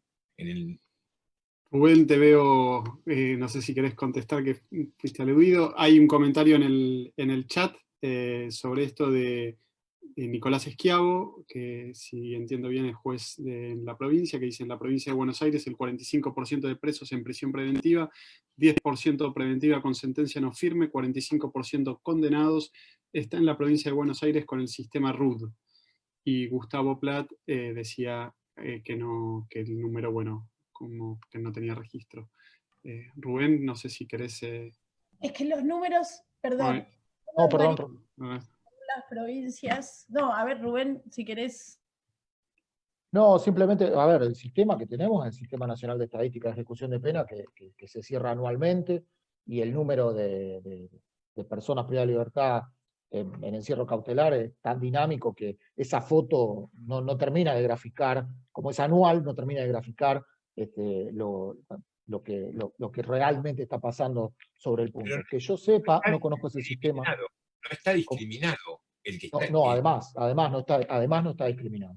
Pero además, lo que sé que el sistema, no sé, Nicolás, cómo tienen o de dónde consigue esa cifra, pero en realidad depende de que las jurisdicciones aporten. Es una situación como tan dinámica que las jurisdicciones debieran aportar la firmeza de la sentencia. Lo pueden los servicios penitenciarios, digamos, tener, porque las comunicaciones las reciben, digamos, o sea, no es algo muy difícil de hacer. Pero que se haya discriminado o que las estadísticas lo discriminen, que yo tenga conocimiento, no. En la provincia, lo que plantea Nicolás, te lo tira como si te lo tirara en Nación el LEC 100. Como si vos pudieras poner el LEC 100 y que el LEC 100 te lo tire. El problema es que en todas las provincias son muy diferentes esas estadísticas, y no la tiene el LEC 100, menos la tienen otras provincias. Entonces nosotros tampoco manejamos esas estadísticas a nivel nacional de sentencia firme. Nosotros no lo tenemos, y la Defensoría Federal tampoco, no. Es una de las cosas que tenemos uno de los datos que estamos construyendo. Gracias, la comisionada Rocío Alconada, Alfonsín.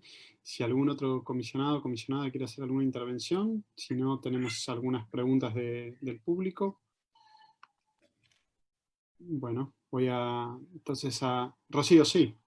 A mí me gustaría preguntarle a Rubén, me parece muy interesante esta nueva reformulación de la etapa de ejecución, y me interesa si podés hacerlo, si no es demasiado pedir, ¿cómo ven el rol de la víctima ahí? Porque a mí cuando se habla tanto del rol de la víctima, yo por Dios no quiero que se entienda que no me preocupa la víctima, claro que me preocupa la víctima, pero a veces cuando se habla del rol de la víctima en la etapa de ejecución, me hace como algún ruido, como que no...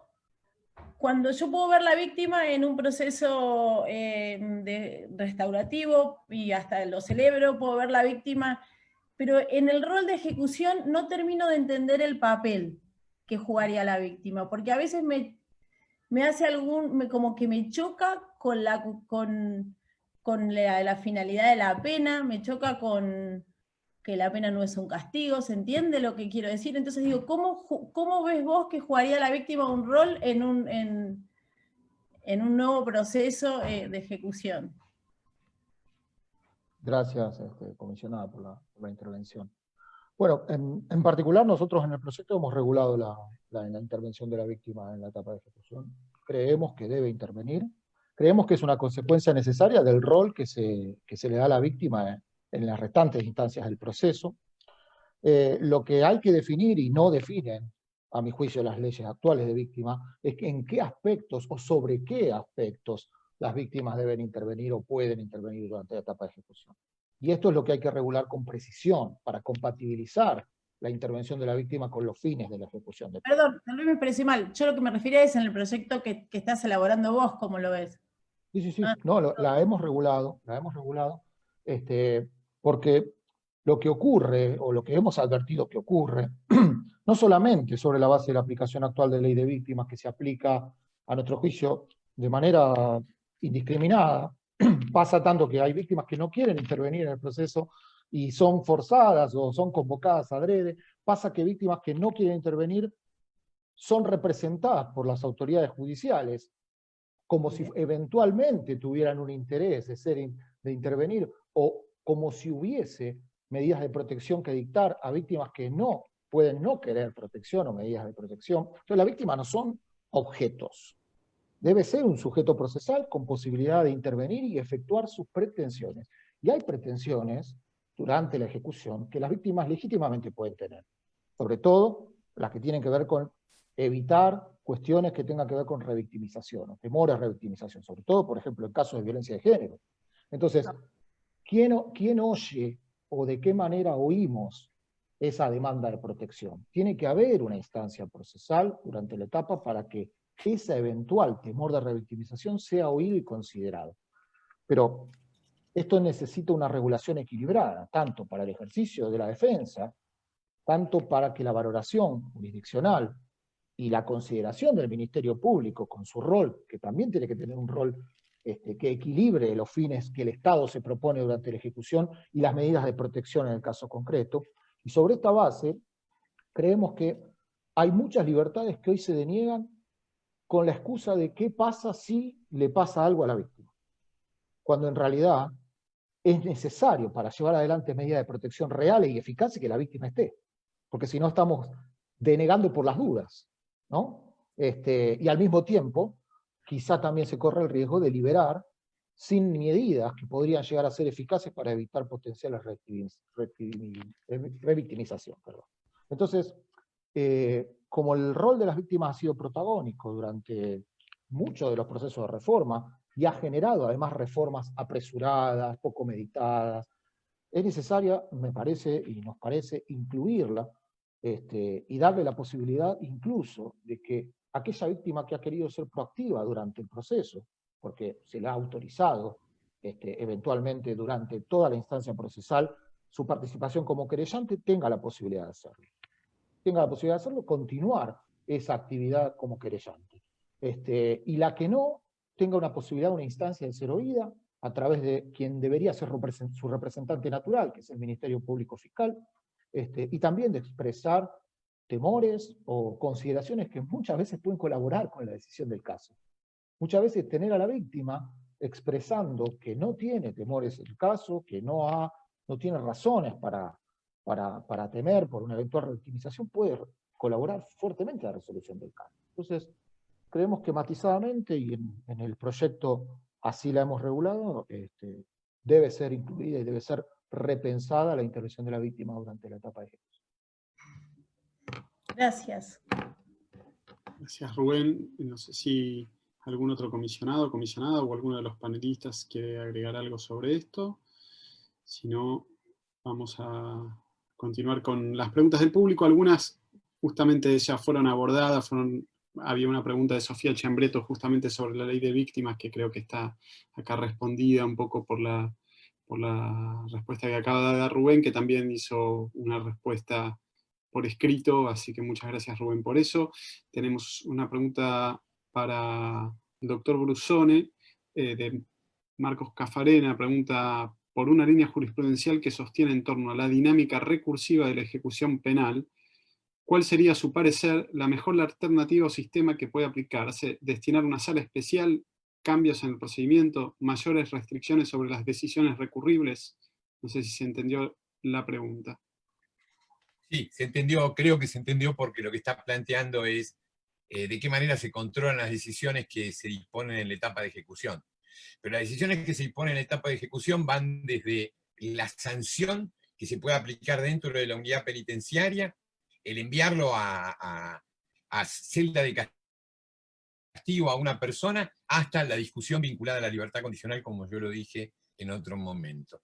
A mí me parece que sí, que tendría que haber organismos especiales. Respecto, como decía Lidia al comienzo, para la lectura y la crítica de informes, no sé, a mí me parece que cuanto más especializados pudieran estar aquellos que los controlan, podría ser mejor. Esto pensando siempre que vamos a seguir contando con jueces que hagan este control, ¿no? Porque esto, no sé cuáles son experiencias en otras partes del mundo, estaría abierto a cualquier cosa en este sentido, pero hay que pensar qué tipo de decisiones puede haber de quienes tienen que ser los que controlen la ejecución de la pena. Si tienen que ser jueces o no tienen que ser jueces. Si tienen que ser otro tipo de instancias, porque para agilizarlo, probablemente tenga que haber otras instancias. Es evidente que la Cámara de Casación no tiene nada que ver para poder controlar eficientemente el recurso en muchas de las cuestiones que plantean la etapa de ejecución de la pena. Es decir, cómo una calificación la podemos discutir o no. ¿Quién controla cómo discutir una calificación? Es decir, podemos tener y advertir arbitrariedades en un discurso, pero evidentemente tendría que haber otra forma de control, pero eso no lo sé. Eso seguramente yo le pediría a Rubén, que él yo sé que tiene pensado una propuesta de organización de un estamento judicial para poder llevar adelante los recursos que tienen que ver con toda la etapa de ejecución, donde no son, pero no sé si son cámaras, si son salas, pero le podemos trasladar, yo le trasladaría la pregunta a Rubén, que lo hay un sistema. ¿Qué modelo y qué sistema? Si la justicia específica que se ocupe de ejecución, no lo sé, pero incluso lo abriría a una discusión mucho más amplia. ¿Quiénes son los que tienen que controlar? Porque cuando hablamos de víctimas, y empezamos a mencionar víctimas, yo justo estoy sentado enfrente, ahora te tengo a ti enfrente, Alan, hablando de víctimas y el tipo de representación que vos tuviste durante años, ¿no? Entonces, ahí estamos hablando de un determinado tipo de víctimas y el discurso vinculado a las víctimas en la República Argentina, yo diría, el discurso vinculado a las víctimas a nivel internacional con posterioridad a 1945 se fue consolidando y consolidando, hasta llegar a que Reagan tuviera una task force de víctimas a su lado, y dos presidentes de Estados Unidos quisieran reformar la Constitución de los Estados Unidos para incluir a la víctima en una enmienda similar a la que tienen los imputados, los acusados de delitos. Pero no se logró, en Estados Unidos no lo pudieron hacer. ¿Hasta dónde tienen que llegar las víctimas? ¿De qué manera? ¿Y por qué lo estoy diciendo y me voy víctimas y toco el tema de la ejecución y del control? Porque tienen que ser grupos de vecinos los que hagan el control de la ejecución de la pena, como ocurre en otras partes del mundo, no lo sé. Pero lo que quiero decir es que tenemos que tener un debate abierto a todo tipo. ¿Qué tipo de organización tiene que haber? Yo creo que Alderete ha pensado algunos modelos de esto. Yo le pediría a él que nos comente qué pensaron al respecto. Rubén, si querés tomar la palabra, también Roberto creo que quiere hacer un comentario. Sí, el doctor Cipriano quería hacer un comentario y yo luego intervengo. Gracias. No, me parece interesante discutir sobre la ejecución penal, que la verdad que en todos los sistemas es la cenicienta del Poder Judicial, digamos. Si hay algo bastardeado, degradado, la justicia penal, de ejecución penal, digo, ¿no? Vos vas a las provincias y los jueces tienen la oficina en la cárcel. En muchas provincias, el juez de ejecución tiene su despacho en la cárcel, ¿no es cierto? Entonces, parece un penitenciario, digamos, y es más un funcionario penitenciario que un juez, digamos, que piensa con todo lo que debería pensar en relación a la ejecución de la pena, digamos, ¿no? Y tenés otros jueces en la provincia de Buenos Aires que, bueno, le hacen honor al nombre, son jueces de ejecución, que parecen más ejecutar a las personas que garantizar el cumplimiento de derechos, digamos, ¿no? Jueces que tienen resoluciones que son prejuiciosas, estigmatizantes, digamos, que ante el preso problemático que reclama o que pretende ejercer el derecho, es castigado, digamos, justamente por esa actitud reaccionaria. Es decir, bueno, la verdad que hay toda una complejidad también en los operadores judiciales, en esto de pensar la reforma a la ley de ejecución, hay que pensar con qué operadores judiciales la hacemos, ¿no? En Provincia de Buenos Aires también hay un par de estos jueces que fueron, digamos, funcionarios penitenciarios. Entonces digo, hay toda una cuestión a trabajar ahí, digamos, cuánto tiempo estuvo la justicia nacional para la designación de los jueces de ejecución penal, digamos, y eso generaba el colapso. No dejo reconocer en la provincia de Buenos Aires que también hay juzgados de ejecución que tienen más de 1000 detenidos, digamos, a disposición, con lo cual pensar que va a haber algún control mínimo de la situación de cada persona detenida es una utopía, digamos, eso no pasa. Y entonces los jueces, ¿qué hacen? Son máquinas de hacer chorizos que resuelven en función de informes criminológicos que el año pasado el 90% de los informes criminológicos eran negativos, con criterio lombrosiano. Ahora no hubo ningún juez que cuestionara esos informes criminológicos, digamos, ¿no? Entonces decía que no. Bueno, ahora el Ministerio de Justicia estaba revisando con la Universidad de La Plata y demás el criterio, la formación de los operadores, pero sabemos que eso es endeble también, porque esos operadores, desde el punto de vista político, hoy plantean que hay que tener otra consideración y la tienen, y mañana vuelve un gobierno como el que tuvimos en la gestión anterior, que expresamente les indicaba que los informes tenían que ser negativos, porque esto dicho por los profesionales, los informes son negativos, digamos, ¿no? Y la verdad es que la evaluación que se hace es toda una ficción, porque el informe psicológico no existe, porque no existe el tratamiento psicológico, porque el trabajador social lo ve 5 minutos y con eso, ¿no? Y porque, digo, bueno, así funciona en realidad el sistema, entonces, y esto creo que es otro de los problemas. Muchas veces tenemos normativas de avanzada progresista, pero que cuando caen en estos operadores judiciales se tornan una ficción, digamos, ¿no? Más allá de que ahora tenemos un problema muy serio, que es cómo hacemos para volver atrás con esta reforma a la Ley de Ejecución Penal Federal. ¿Cómo logramos volver a la ley anterior? Que podríamos cuestionarle algunas cosas, pero que comparada con esta era obviamente mucho mejor, ¿no? Entonces, en este contexto político, ¿cómo hacemos para dar una discusión con nuestra sociedad? Porque cuando empecemos a discutir el proyecto de Rubén, digamos, que es superador obviamente, bueno, van a salir otra vez las campañas ya conocidas y un poder político poco dispuesto a dar esta discusión. Rubén, si querés. Lidia, sí, adelante, Una Lidia. cosita chiquita, permitime, obviamente concuerdo con lo que dice Roberto, a ver, ¿cómo podemos pensar en informes criminológicos donde tenemos una trabajadora, una psicóloga para 1000 personas privadas de la libertad y que le tienen que hacer el informe? No se puede pensar, o sea, no está el dispositivo para el informe. Yo me uso siempre de ejemplo, mis informes criminológicos al momento de estar detenida eran pésimos porque no iba a la psicóloga o no concurría a misa. La mirada que tiene el informe criminológico es totalmente incoherente y todos, si uno agarra un par de informes que vienen desde las unidades, son todos copia y pega, todos dicen exactamente lo mismo, todos somos peligrosos y todos no cumplimos con ninguno de los objetivos. Eso por un lado. Y por otro lado, en tanto el sistema, repensar el sistema de ejecución penal, hoy tenemos jueces de ejecución que están acá en Cava y tienen detenidos en Río Negro. Y se hace una entrevista a través de una pantalla que no asegura que el interno pueda o la interna pueda llegar a decir lo que pasa o lo que piensa. Y si dice mucho lo que piensa, es calificado de una persona peligrosa. Entonces, tenemos que repensarnos todos y todas este sistema, ¿no? Y ver qué aplicación le vamos a dar, porque la consecuencia la están cargando los pibes y las pibas que son detenidos por 2 porros o porque cometieron un acto más aberrante, pero que están en una celda con 20 personas conviviendo. Entonces, es urgente que repensemos qué es lo que queremos hacer y para qué lado vamos. Ese aporte nada más.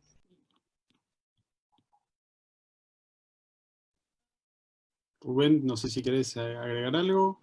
Sí, Pero... bueno, voy a tratar de ser lo más corto porque son muchas cosas para que podrían demandar mayor extensión.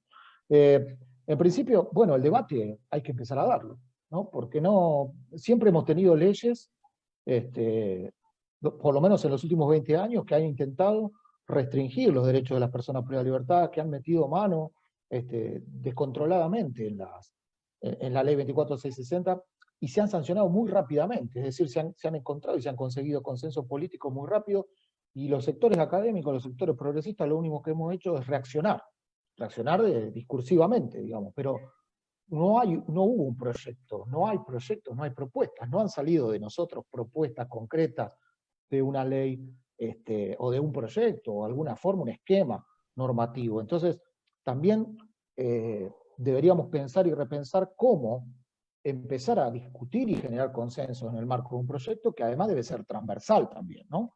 Es un proyecto que tiene que pensar y tiene que alcanzar las demandas en general de las personas privadas de libertad, de la situación judicial, la situación del Ministerio Público, la situación de los colectivos invisibilizados dentro de la privación de libertad, la situación de las víctimas, la demanda que hay a nivel regional, y esta incluso reconocida por la Corte Interamericana, en relación a tener ciertos cuidados o reaseguros con delitos, como decía el profesor Zaffaroni en la primera intervención, ¿no?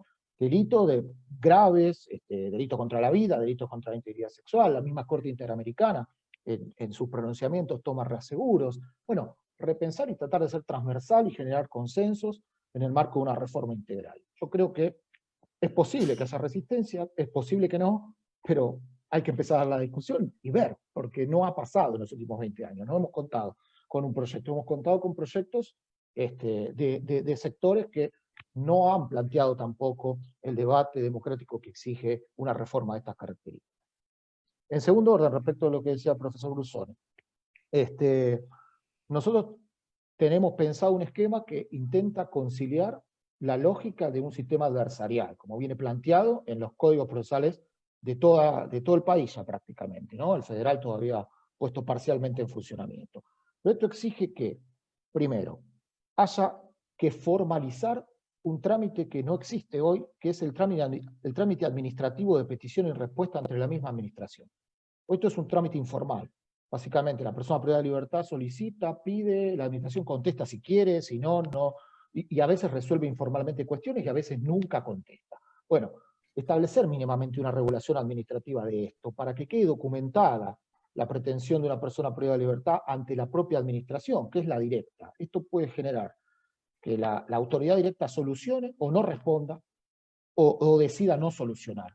Y esta regulación habilita entonces el registro de ese reclamo, el registro de ese pedido.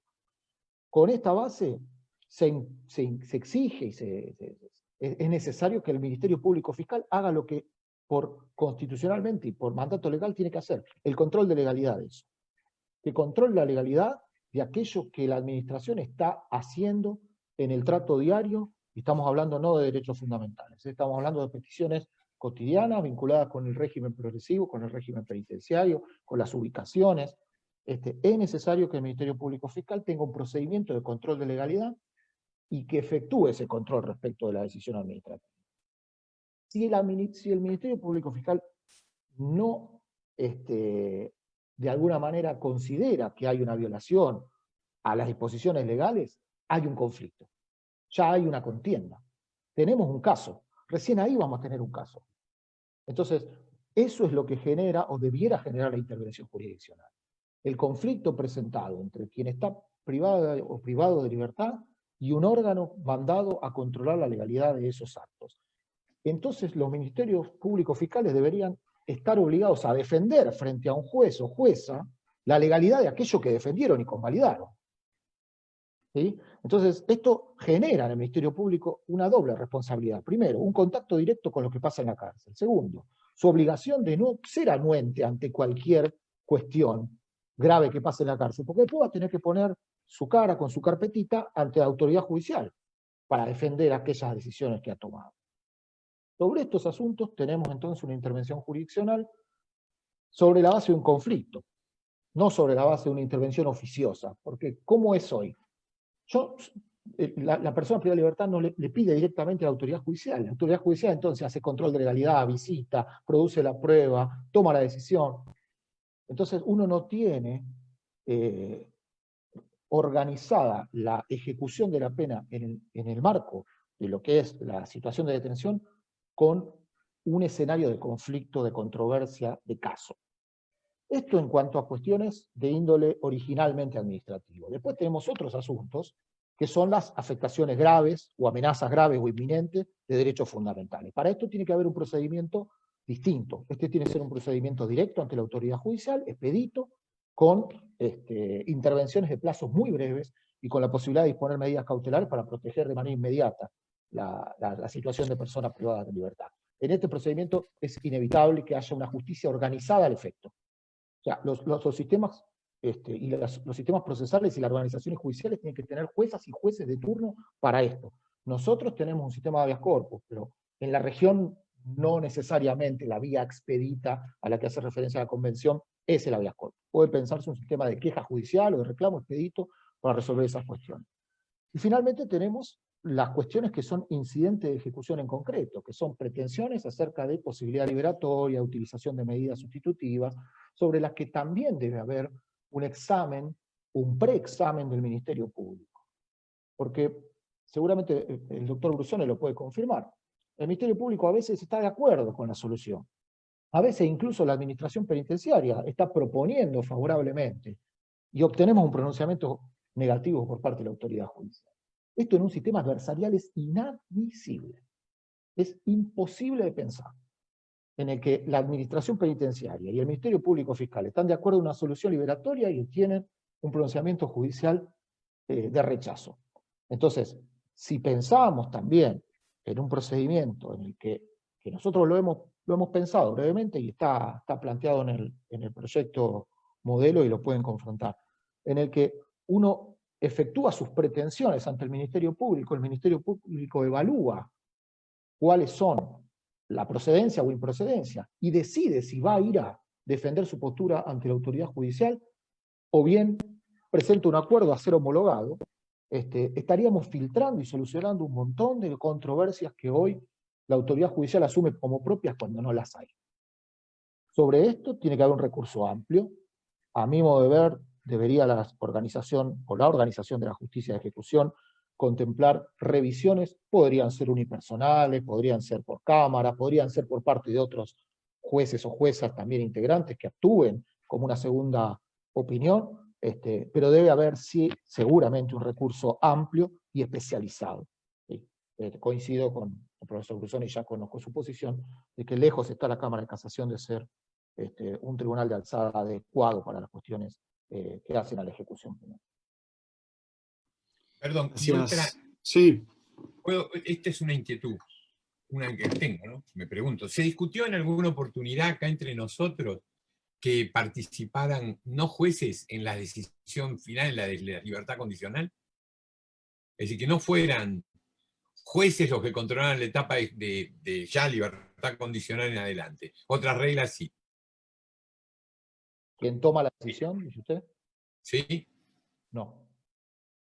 No sé, eso no se discute ni como posible. Siempre tiene que haber una instancia judicial. En principio, depende cómo entendamos a la libertad condicional o a las medidas. La medida que las entendamos como sustitutivas o como medidas que modifican o suspenden la pena, pareciera que en la medida que la pena proviene de la autoridad judicial, la facultad para suspenderla, modificarla o transformarla debiera también estar en última instancia a cargo de la autoridad judicial. Por supuesto hay sistemas, acá no, pero hay sistemas en el que los órganos administrativos dependen de otros poderes, como los cuerpos o consejos de probation, de parole norteamericanos. Sí.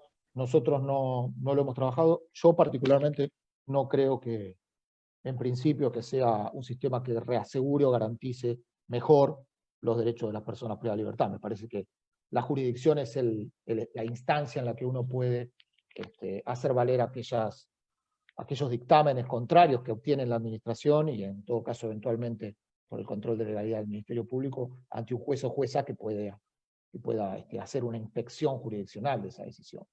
Es mi opinión igual.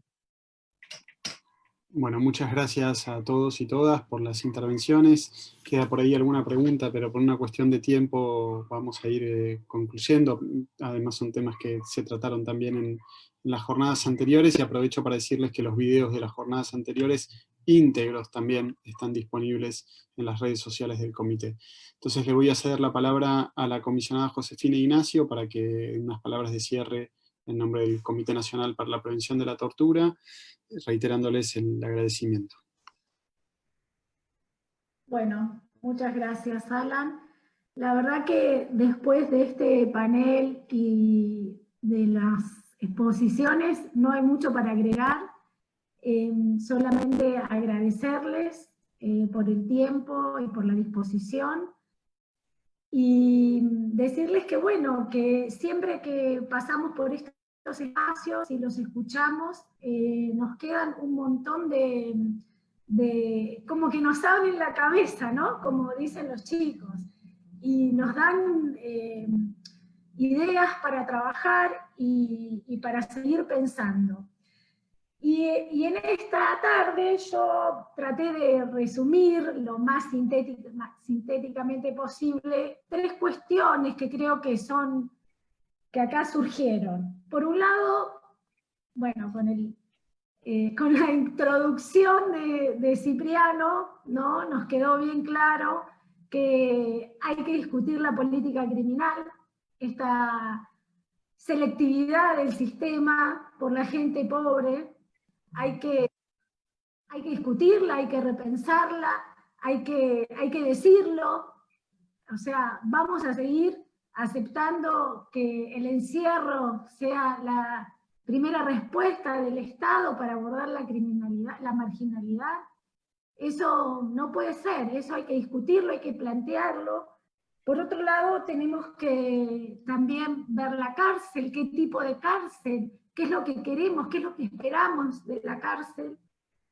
Leía en el chat algunos compañeros y compañeras que ponían que la cárcel era un fracaso, y seguramente es un fracaso para la persona privada de la libertad, para su familia y para su comunidad, pero no para el sistema penal, que la retroalimenta permanentemente, ¿no?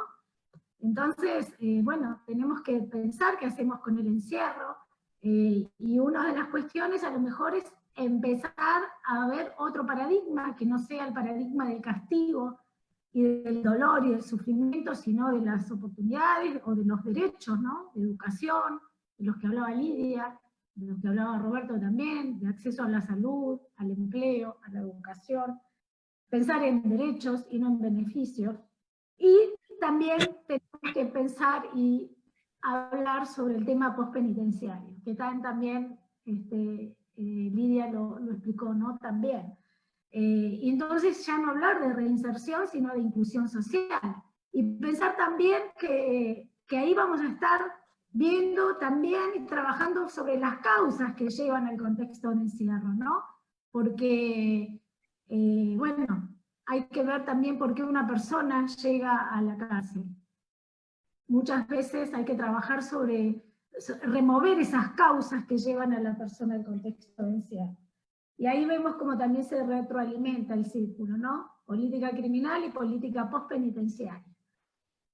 También observé que en el chat de las personas que nos están escuchando decían que a veces, si bien son necesarias, por supuesto, las reformas legislativas, también hay que pensar en las prácticas, y que quizá no hay que esperarlas, hay que ponerse ya a trabajar sobre las prácticas en el contexto de encierro. Sobre buenas prácticas que a lo mejor en algunos lugares, allá olvidadas y quizá poco observadas, suceden. Entonces, bueno, tomarlas, potenciarlas, sobre todo en lugares donde hay organizaciones sociales trabajando y emprendimientos de autogestión de personas privadas de la libertad, para tenerlas en cuenta. Y una voz que en todo esto y en toda esta reforma integral de la que hablaba Alderete Lobo que hay que dar, no puede estar ausente la voz de la persona privada de la libertad. Porque si vamos a trabajar y vamos a legislar y vamos a pensar en leyes que van a atravesar la vida de esas personas por años, y en políticas penitenciarias y en políticas postpenitenciarias que van a incidir directamente en sus vidas, no pueden estar afuera de este debate. No pueden estar afuera de este debate esas personas que están atravesando el encierro. Y mientras pensamos y discutimos y hablamos y nos encontramos por acá, hay 100.000 personas que lo están padeciendo. Entonces es urgente empezar a trabajar. En este telefonito, como seguramente en el de muchos de ustedes, mientras nosotros estábamos acá hablando, caían mensajes, ¿no? De personas lastimadas, personas que no tienen una medicación y demás. Entonces, bueno, es urgente.